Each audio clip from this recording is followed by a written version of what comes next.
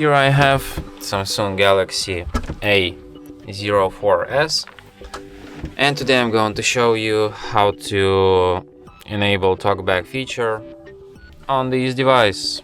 So firstly you have to open settings, then go to the accessibility section, and then to the TalkBack. So here you can enable it, tap allow, and after that TalkBack tutorial starts.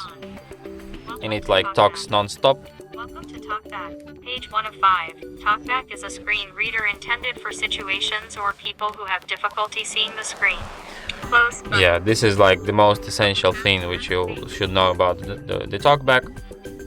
And the second thing that when you're in this mode, to operate your device you have to first select any option. Close button. And then to confirm it, double tap on it. Close tutorial. Close button. Double tap.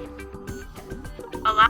Yes, please. TalkBack. For example, if you want to disable it, you have to firstly select it, then double tap it, Turn off TalkBack. and then turn off and double tap. off.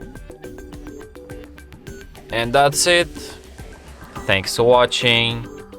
If you find this tutorial useful, don't forget to hit that like button and subscribe to our channel.